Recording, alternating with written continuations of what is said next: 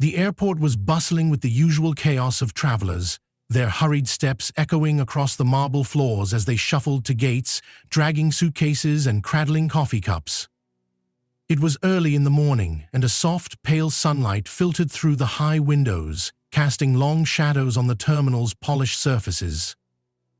Among the crowd was Barron Trump, a young man whose presence seemed almost inconspicuous in comparison to the attention his last name might otherwise garner. Dressed in a simple gray hoodie and jeans, he moved with quiet ease, his gaze focused on the ground as he walked toward the check-in counter.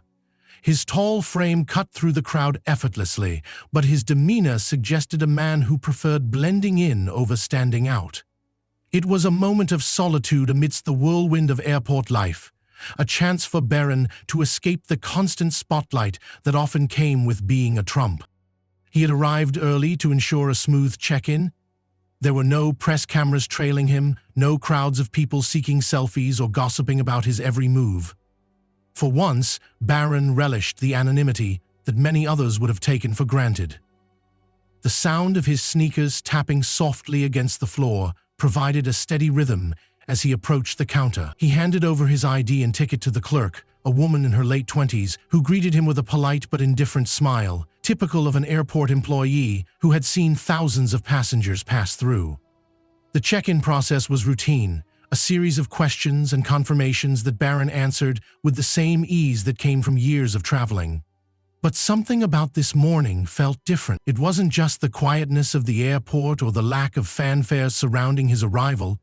There was a sense of calm that washed over him, one that felt rare in his often chaotic life. As Barron made his way to security, he passed through the crowds with the unassuming grace of someone who had no desire to be noticed. The subtle movements of his hands as he fumbled with his boarding pass, or the brief glance up at the overhead monitors to check the flight status, nothing about him screamed for attention. He didn't wear a suit or expensive accessories, nor did he flaunt his wealth or name. Barron was just another young man, making his way to a gate, heading to a destination that, for the moment, remained his own. There was a certain peace in that, a peace that Barron rarely experienced when he was in the public eye. As he moved through the airport, he noticed the ordinary travelers around him, a young mother struggling to wrangle her toddler, a businessman in a crisp shirt checking his watch every few seconds, an elderly couple holding hands and smiling at the overhead flight boards as they prepared for their trip. It was a scene that could have played out in any airport around the world, with the only difference being that Barron Trump was part of it, though no one seemed to take much notice. Despite his quiet demeanor, Barron was aware of the occasional sidelong glance that he caught from a few fellow passengers. Some of them were fleeting, glances that lasted only a moment before they looked away, seemingly unsure of whether or not they had seen someone important. It was a curiosity that Barron had long grown used to, the subtle acknowledgement of his presence without overt recognition. He had learned to ignore it, focusing instead on the task at hand. Today, however, as he neared the gate, something about the air felt heavier, charged with the anticipation of the flight that was about to begin. As Barron approached the gate area, he noticed a group of people clustered near the boarding doors, chatting and laughing. They were all preparing for the same flight, bound for a distant city, unaware of the subtle history they were about to become part of. He walked past them, heading toward the seating area where he planned to wait. A few glances followed him, but none of them lingered. It was a strange mix of familiarity and alienation, this in-between state that Barron occupied. He wasn't famous enough to be the focus of everyone's attention, but he wasn't completely anonymous either. The balance was delicate, a place where he could slip through the cracks, unnoticed, yet still be part of the broader story unfolding around him. Barron took a seat near the window, his gaze naturally drawn to the planes outside, their engines rumbling as they prepared for departure. He took out his phone, briefly checking for messages, but then, sensing the need to disconnect, put it away. For once, he simply let himself be present in the moment, observing the rhythm of the airport without the usual pressure of performing or being watched. The steady flow of passengers came and went, Families saying their goodbyes, business people typing furiously on their laptops, and students clinging to the hope that their long-awaited vacation would be worth the journey. Time seemed to stretch in the stillness of the waiting area. There was no rush, no urgency to be anywhere else. Barron could have stayed there for hours, drifting in the calmness of the morning, his thoughts slipping between the calm of the moment and the busy future that awaited him at his destination. There were always meetings, events, or obligations to return to, but right now he was just a young man with no title, no burden, just an ordinary traveler like anyone else. As the boarding call echoed over the loudspeaker, Barron stood up, gathering his bag and preparing to leave the quiet cocoon of the waiting area. The passengers around him began to stir, a flurry of movement, as people began gathering their things and heading toward the gate. Barron joined them, blending once more into the crowd, his mind already shifting back to the busy world he was about to re-enter. But for a moment, in the soft light of the morning and the anonymity of the airport, Barron had found a rare peace, a moment where he was simply himself, free from the weight of expectation and the eyes of the world. It was a quiet start to a journey, one that would unfold in ways he couldn't yet imagine. The airport had begun to fill with a steady hum of activity as passengers congregated around the gate. Barron Trump had found a quiet spot near the corner, trying to remain as unnoticed as possible. The gate area, with its sterile lighting and rows of uncomfortable plastic chairs, had an air of transient impatience. People chatted quietly, some glanced nervously at the clock, and others buried their faces in their phones, lost in their own worlds. It was the usual pre-flight chaos, but for Barron, it felt like a bubble of tranquility in his otherwise chaotic existence. Just as he was about to open his book to pass the time, a voice broke through the ambient noise. A woman, mid-40s with sharp features and a no-nonsense posture, stepped forward with a clipboard in hand. She scanned the boarding area, her gaze shifting rapidly from face to face. The gate agent. Her eyes locked on Barron for a moment, but her attention quickly shifted away, as if he were just another anonymous traveler, no different from anyone else.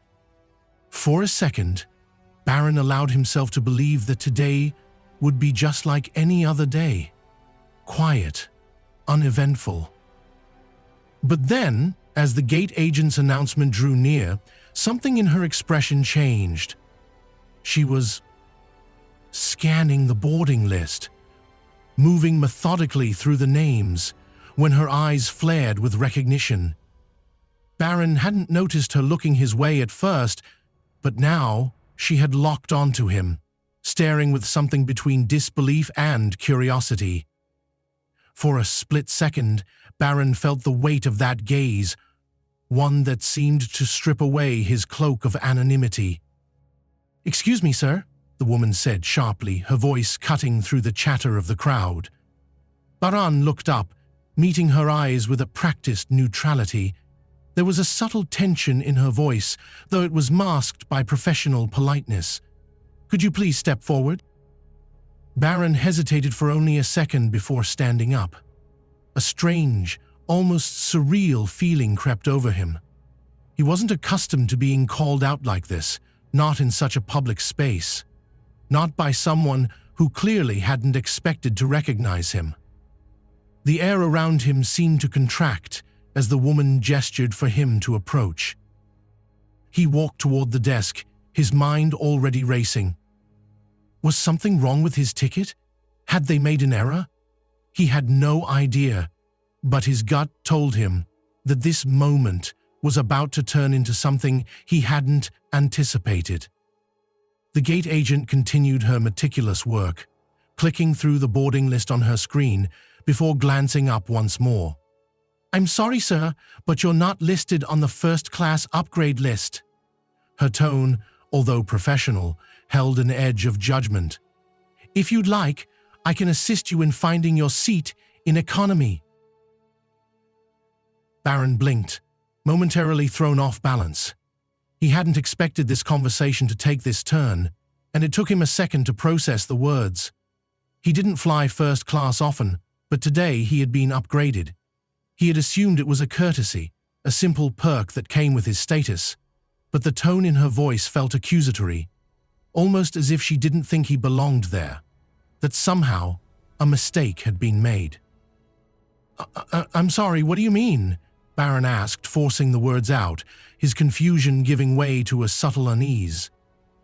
"I'm sure there's been some kind of mistake. My ticket is for first class." The gate agent narrowed her eyes slightly, a small frown tugging at the corners of her mouth.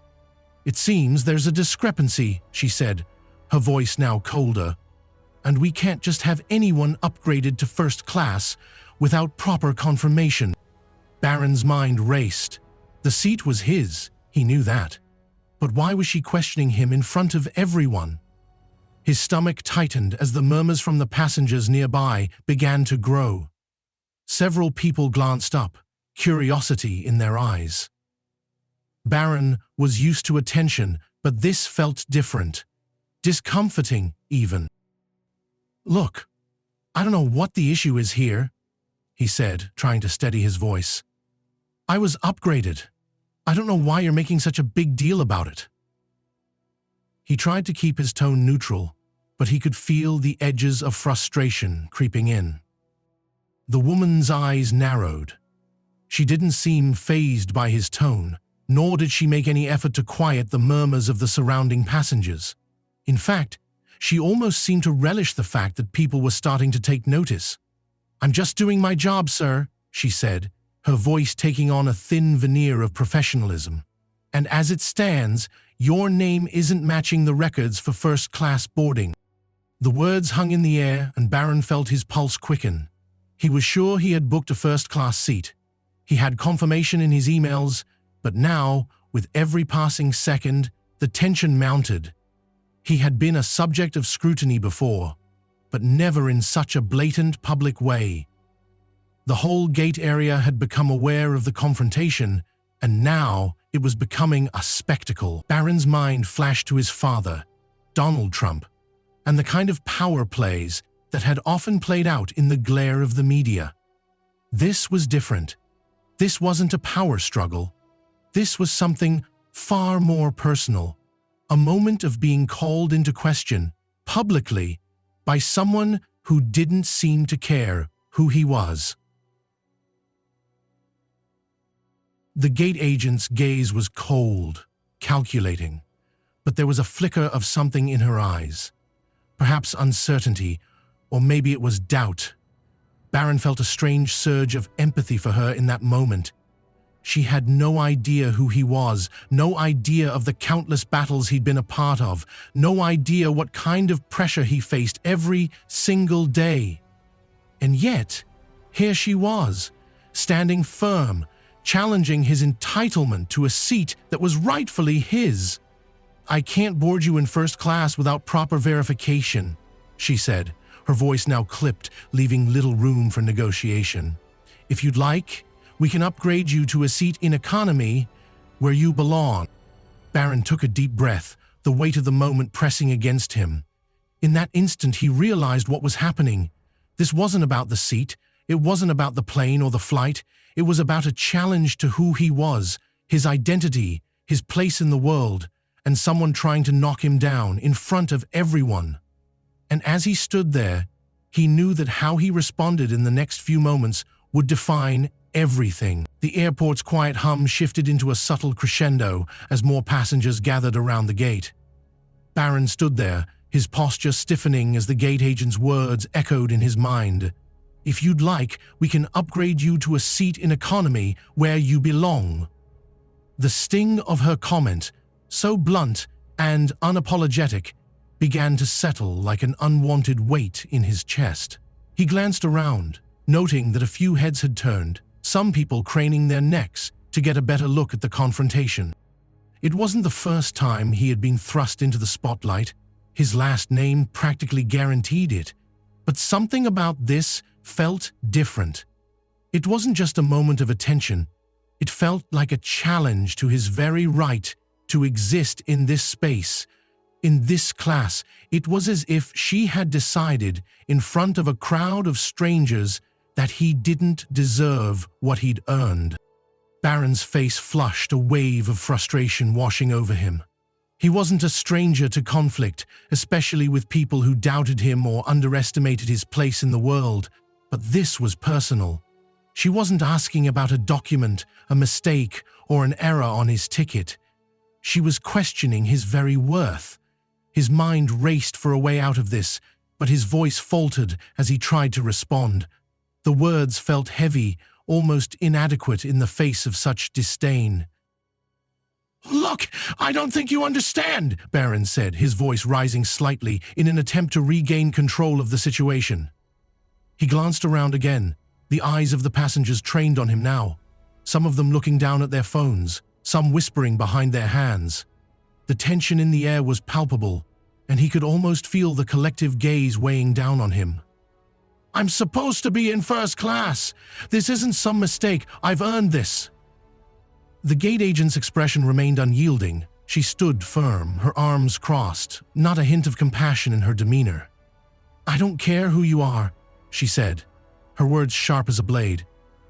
"If you can't verify your seat, you'll be asked to board economy. I'm not interested in your name, your status, or whatever you think you deserve. The rules apply to everyone equally." Her cold dismissal stung more than he expected. Barron tried to maintain his composure, but the growing murmurs from the surrounding passengers made it harder. Some seemed to sympathize with him, others not so much. The scene was becoming impossible to ignore. He could feel the eyes of the people around him like 1,000 tiny pinpricks, each one sharpening the intensity of the moment.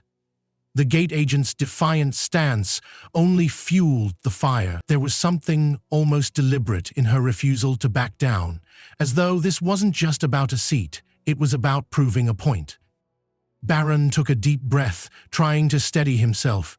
He was used to being in control of a situation, commanding respect without raising his voice.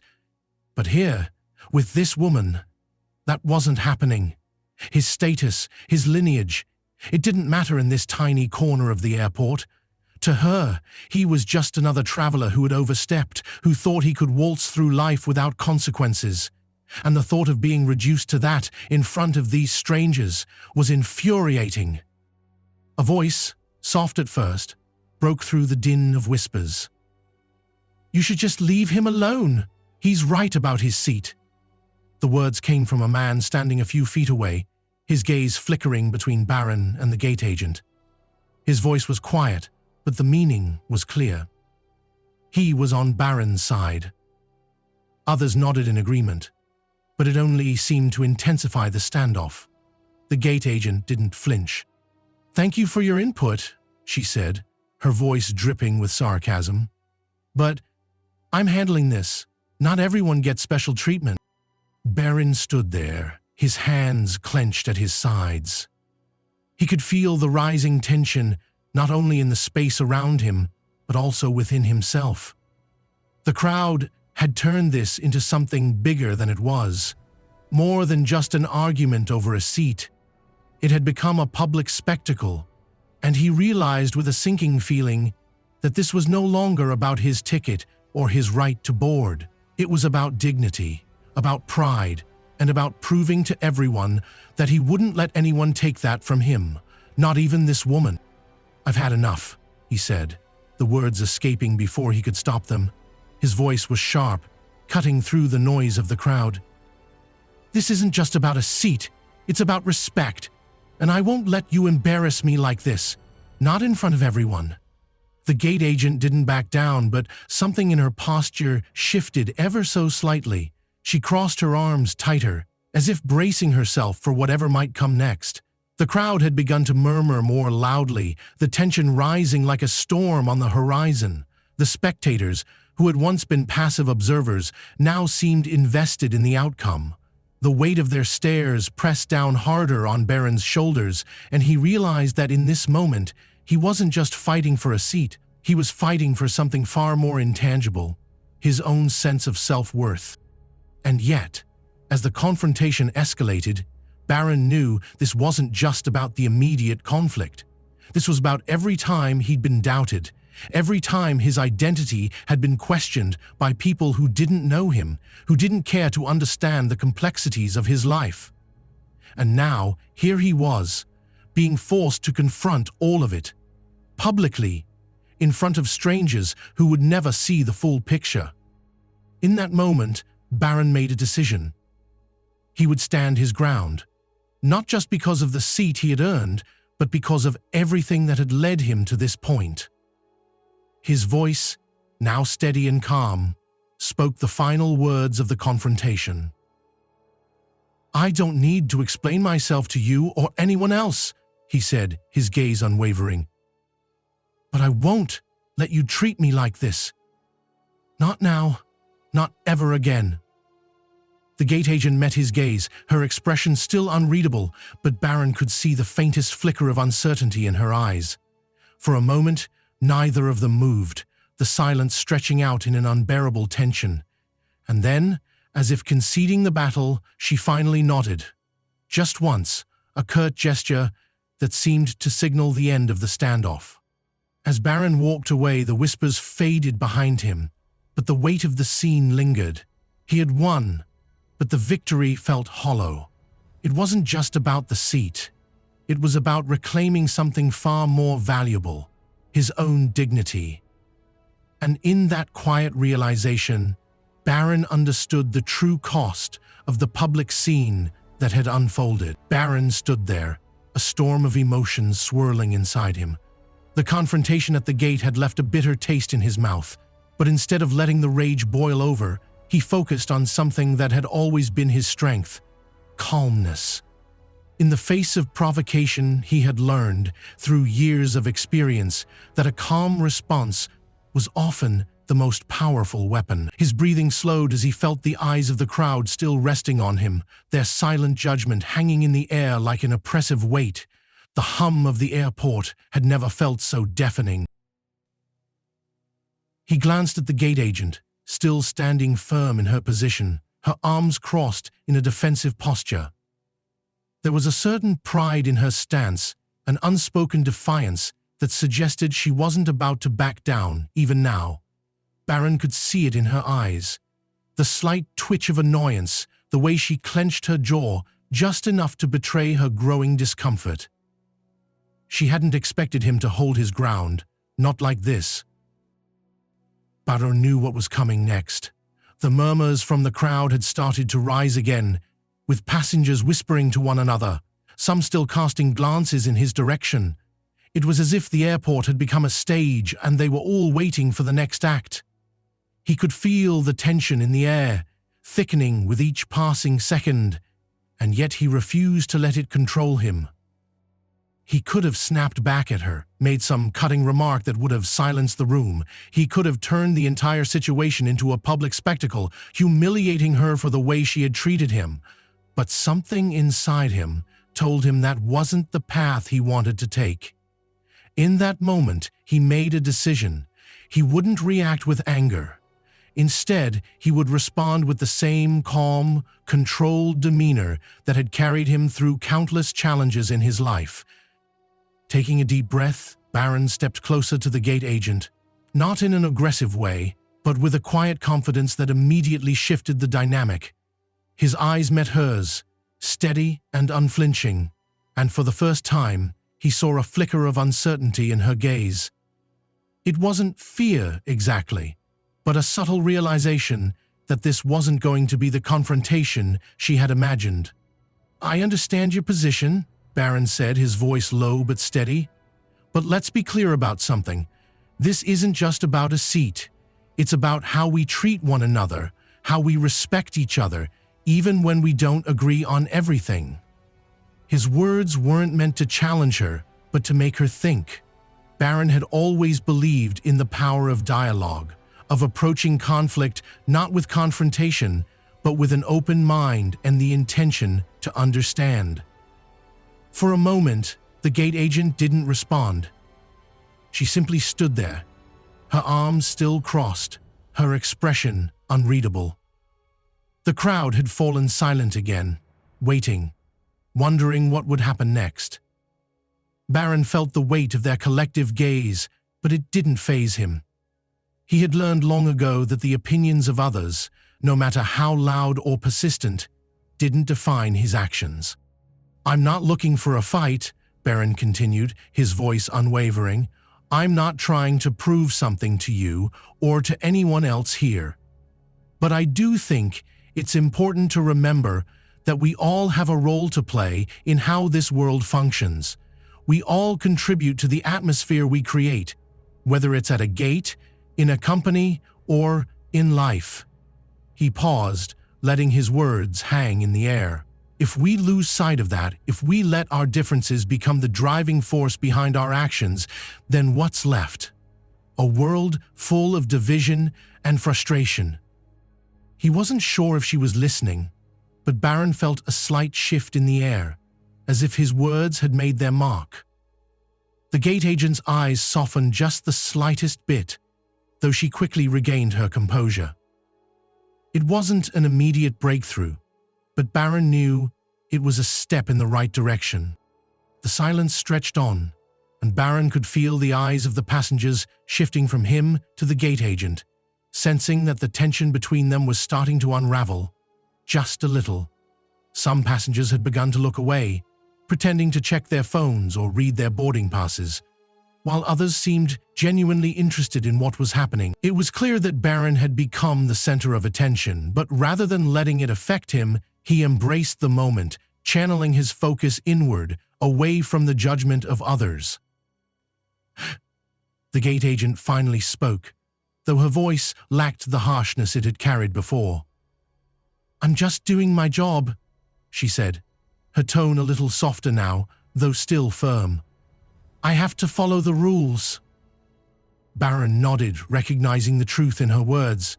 Rules, policies, they were necessary, but they could also become barriers when they were enforced without flexibility, without understanding. "I get that," he said, "but sometimes the right course of action isn't the one that follows the rules to the letter. It's the one that considers the human element, the situation, the context, the person standing in front of you." He could see her thinking, processing what he had said. It was as if, in that brief exchange, the hard shell of defensiveness that had surrounded her began to crack, if only slightly. Barron didn't expect her to immediately change her stance, but he knew that he had planted a seed of doubt, of reflection, and that, he believed, was enough for now. With one last steady look, Barron turned and walked away, his steps measured and purposeful. He didn't look back to see if she had changed her mind, or if the crowd had begun to murmur again. The important thing was that he had handled the situation with the grace and composure that he prided himself on. He had responded, not with anger or defensiveness, but with clarity and a reminder that respect and understanding were far more powerful than any confrontation could ever be. As he made his way toward the boarding area, Barron realized that the moment at the gate hadn't been about winning or losing. It had been about staying true to who he was, no matter the circumstances, no matter the pressure. Different.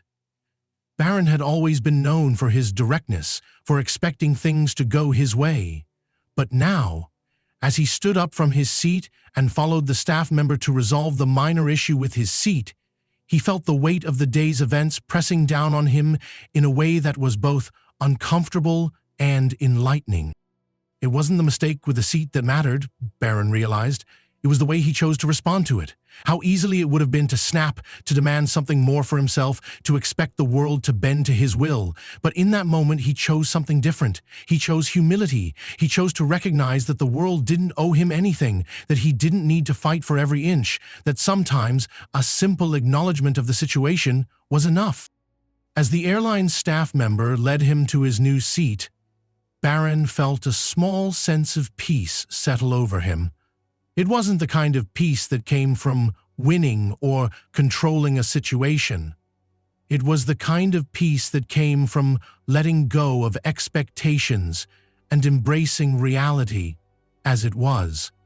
By the time the flight was ready to board, Barron had made his peace with the events of the day. He knew that the confrontation at the gate, though uncomfortable, had been a reminder of something important. Humility wasn't just a virtue for the weak or the meek. It was a strength, one that allowed a person to navigate the world with grace, to understand others without judgment, and to respond to life's challenges with an open heart. As he settled into his seat and the plane began to taxi down the runway, Barron closed his eyes for a moment, reflecting on the day. He didn't have all the answers, and maybe he never would, but in that moment, he realized that the greatest lessons often came from the most unexpected places, and that true strength lay not in commanding respect, but in offering it. The encounter at the airport didn't stay contained for long. Within hours, the confrontation at the gate had spread across social media, igniting a firestorm of discussion. A video, captured by an onlooker who had witnessed the exchange, went viral, quickly accumulating millions of views. The clip showed Barron's calm response, the gate agent's frustration, and the tension that had bubbled between them. What was initially seen as a minor incident quickly evolved into a public spectacle, sparking debates about power, respect, and the expectations people placed on those in positions of influence. As the video circulated, opinions were divided. Some praised Barron for his composed demeanor, seeing it as a display of grace under pressure. They admired how he had handled the situation without resorting to the theatrics that so often accompany public confrontations. On the other hand, many criticized the gate agent for her tone and approach, arguing that no matter the circumstances, everyone deserved a measure of respect, especially those who had power and influence, like Barron. But what truly caught the public's attention was Barron's demeanor. Unlike other public figures who might have escalated the situation with sharp words or gestures of retaliation, Barron had simply walked away, choosing a calm resolution over drama. Yet, what was seen as an act of humility also raised questions. Was Barron just avoiding conflict, or was there something more profound in his response? As the story unfolded across news outlets and social media platforms, it became clear that this incident had resonated with people on a deeper level than either Barron or the gate agent had anticipated. The conversation quickly evolved beyond just a simple airport confrontation. It became a conversation about power dynamics, human interaction, and how the world viewed those with influence. The video had captured more than just a moment in time. It had captured the very essence of how society interacted with power. People began to question what it meant to be in a position of authority. Was it about asserting dominance, or was it about the restraint and understanding that Barron had demonstrated? In a world that often celebrated boldness and confrontation, his measured response left an indelible mark on those who had witnessed it.